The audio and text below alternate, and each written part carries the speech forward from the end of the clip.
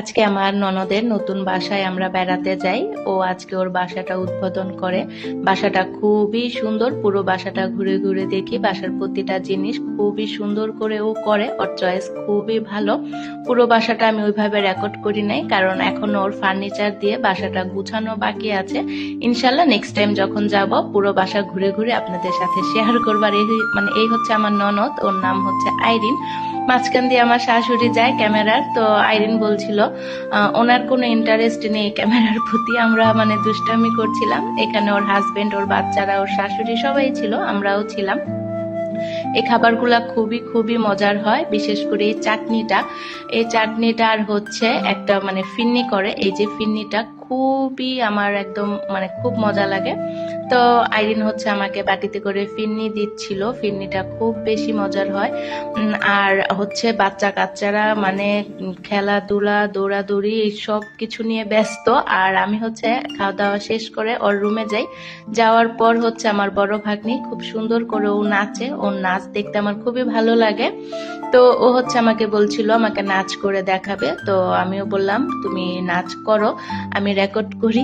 ও খুব মনোযোগ দিয়ে নাচ করে, আমিও খুব মনোযোগ দিয়ে রেকর্ড করি। কিন্তু এর মধ্যে দুইজন ব্যক্তি এসে ওর পুরো নাচটা একদম ধ্বংস করে দেয়, এক কথায় বলতে। তো ব্যক্তিগুলো আমি দেখাচ্ছি। এই হচ্ছে একজন ব্যক্তি, আর এই হচ্ছে একজন। এই দুইজন আসামি হচ্ছে মেয়েটার পুরো নাচ একদম ধ্বংস করে দেয়। মেয়েটাকে আর নাচতেই দেয় না। তো এই এখন হচ্ছে আইরিন আমাদের জন্য চা করে, আর ও শ্বশুর বাড়ির লোকদের একবার চা করে খাওয়ায়। আমরা যদি একটু লেট করে যাই, আমাদের খাওয়া দাওয়া একটু লেট করে হয়, তো আমরা চাটাও একটু পরেই খাই। তো এখন হচ্ছে ও আমাদের জন্য চা নিয়ে আসে।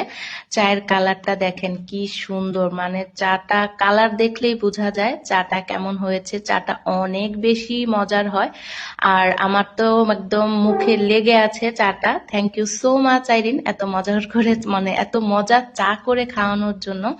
তো যেটা বলছিলাম, যেহেতু এখনো ফার্নিচার দিয়ে ওইভাবে গুছায় নাই, আজকেই তো মাত্র ফার্স্ট যায় বাসায়, তো ওই জন্য হচ্ছে নিচে একদম ঢালা বিছানা করে ওইখানে আমরা সবাই মিলে আড্ডা গল্প খাওয়া দাওয়া করি। সময়টা খুবই সুন্দর কাটে, আনন্দের কাটে। তো আমি হচ্ছে খাওয়া দাওয়ার পর রাত্রে একটু ছাদে যাই।